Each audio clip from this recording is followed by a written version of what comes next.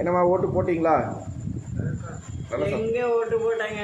என் லிஸ்ட்டில் என் பேரே இல்லைங்கிறாங்க. இதை பாருங்கள், நாங்கள் இங்கே கல்யாணம் பண்ணி வந்து இத்தனை வருஷம் ஆகுது. 45 வருஷமாக போட்டுக்கிட்டு இருக்கோம். எல்லாத்துக்கும் போனது கூட நாடாளுமன்றத்துக்கு ஓட்டு போட்டிருக்கோம். எம்எல்ஏக்கு, கவுன்சிலருக்கு, எல்லாருக்கும். இன்றைக்கி கொடுத்த லிஸ்ட்டில் எங்கள் பேர் இல்லைங்கிறாங்க. ஓட்டர் ஐடி காமிக்கிறோம் பாருங்கள். இது என்னோடய ஓட்டர் ஐடி. நல்லா தெரியுதுங்களா? பாருங்கள். இந்த மாதிரி இருந்தால் இதோட பொறுப்பு யார் எடுத்துப்பீங்க? கவர்மெண்ட் எடுத்துக்கணுமா? கவுன்சிலர் எடுத்துக்கணுமா? இல்லை எம்எல்ஏ எடுத்துப்பாங்களா? எம்பிக்கு எங்களுக்கு மட்டும் என்ன இது இல்லையா? உரிமை இல்லையா போடுறதுக்கு?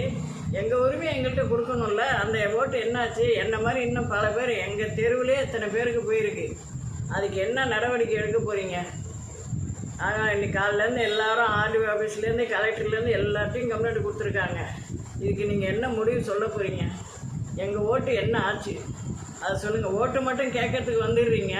அப்போ எங்களுக்கு அதை இது கொடுக்கணும்ல. அது என்ன ஆச்சு? அதுக்கு நீங்கள் பதில் சொல்லுங்கள். இது நீங்கள் அரசாங்கம் இது உன்னிப்பாக கவனித்து நீங்கள் இதுக்கு ஒரு முடிவு எடுக்கணும்.